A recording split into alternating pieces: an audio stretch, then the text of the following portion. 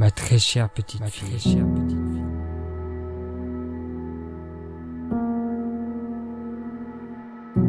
Le jour où tu liras cette lettre, je ne serai plus de ce monde. Je ne sais pas quel est ton prénom, mais peu importe. Il est certainement le plus beau prénom du monde.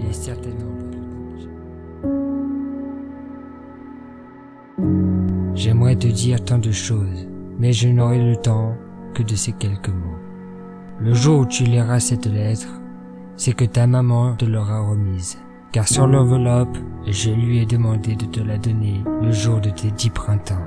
Je veux que tu saches que mon vœu le plus cher aurait été de te serrer dans mes bras le jour de ta naissance, puis de voir chaque jour ta frimousse et ton sourire, d'écouter tes babillages et tes premiers mots, te couver de mon regard de grand-père. Je ne te connaîtrai jamais, mais je t'aime infiniment, ma petite fille. Je suis persuadé que là où je vais partir, je pourrai t'aimer encore. Quand ta maman est née, ce fut le plus beau jour de ma vie. Le jour où je l'ai prise dans mes bras, j'ai pleuré beaucoup. J'ai pleuré de joie. Ces jeunes années ont été un bouquet de fleurs pour mon cœur de jeune papa. Elle a seulement 15 ans, ta maman, aujourd'hui. Mais je sais qu'un jour, elle te mettra au monde. Et je sais que son premier enfant sera une petite fille. Ce sera toi. Nous devions partir à l'assaut ce matin à l'aube. Hier soir, on nous a donné le plein de munitions. Et ce matin, avec le café, on a eu le droit à la goutte. C'est toujours comme ça. Avant l'assaut, on a un peu moins peur. Je n'en ai pas bu. Car même si j'ai peur, je sais que je ne reviendrai pas de cette bataille. Je ne saurais te dire pourquoi. Mais je le sais. C'est au-delà du pressentiment. Ça fait 4 ans que la Grande Guerre dure. Et nous avons l'habitude de la mort. Tu sais, de tous mes copains du village, partis en 1944, je suis le seul encore en vie. Et puis, comment te dire? La vie ou la mort n'ont plus d'importance depuis longtemps. Nous avons tous accepté de donner notre vie à notre patrie pour que notre famille vive libre.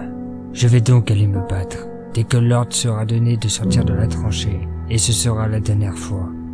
Je ne sais pas pourquoi le colonel a repoussé l'assaut prévu ce matin. On ne sait jamais les raisons des autres. Les pauvres bidasses.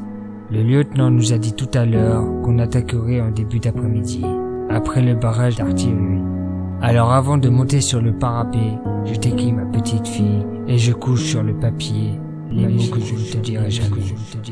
On parle que les Allemands vont demander la paix, mais on nous l'a dit tant de fois.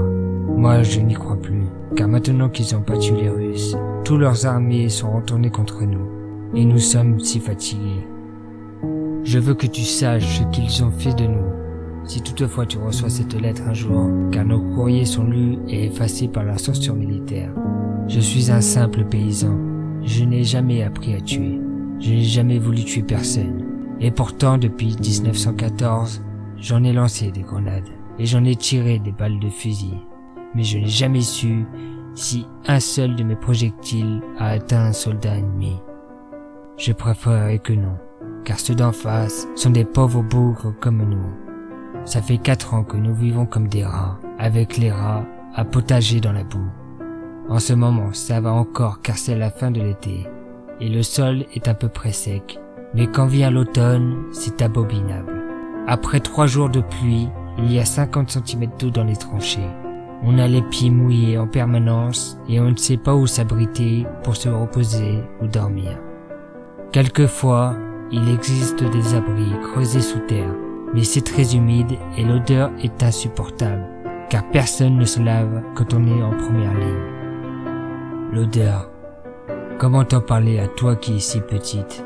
Depuis 4 ans, on ne peut plus enterrer nos frères, qui se sont fait tuer lors des assauts. Leur corps reste là, entre nos tranchées et celles des Allemands, en plein soleil quand il fait chaud. Quand on approche de la première ligne, en revenant du repos, on ne sent que ça, comme lorsqu'on passe en forêt, près d'une charogne. La seule différence, c'est qu'il y a autour de nous des milliers de charognes, et que ce sont des hommes, que ce sont mes copains. Je n'en peux plus de toute cette sauvagerie. Je voulais simplement revenir à la maison, travailler ma terre et voir grandir mes enfants.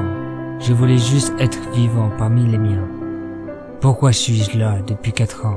Qui est le monstre qui a décidé que ma vie devait s'arrêter aujourd'hui? Le soir dans l'abri, quand ne reste plus que la petite lumière du mignon, je ferme les yeux et me revient soudain l'odeur du foin coupé et le parfum de ma douce épouse et la caresse de sa peau sur mes nuits. Quand l'émotion est trop forte, je me retourne vers nos parois de terre et je pleure en silence. Marcel vient de se tordre la cheville en positionnant les échelles de départ. Il ne montera pas avec nous et c'est à lui que j'ai confié cette lettre et quelques valeurs. Devant nous, il y a 200 mètres de terre toute nue, labourée depuis des mois par les obus, avec partout des rouleaux de barbelés, des ferrailles, des trous pleins de flotte, des morceaux de mort partout. Et là-bas, le parapet et la tranchée allemande, avec des petites meurtrières de béton pour protéger leurs mitrailleuses. Sous leurs tranchées, bien profonds, des grands abris où ils se tiennent, le temps que le bombardement de nos artilleurs se termine. Ensuite, on pose les échelles. Le capitaine siffle. On sort hors de la tranchée et on court comme des fous. Enfin, courir. C'est un grand mot, tellement c'est boueux. À peine on est sorti hors de la tranchée que les Allemands nous balancent un tir de barrage. Ça veut dire que tu cours au milieu des explosions et que chaque obus envoie des milliers d'éclats coupant comme des rasoirs.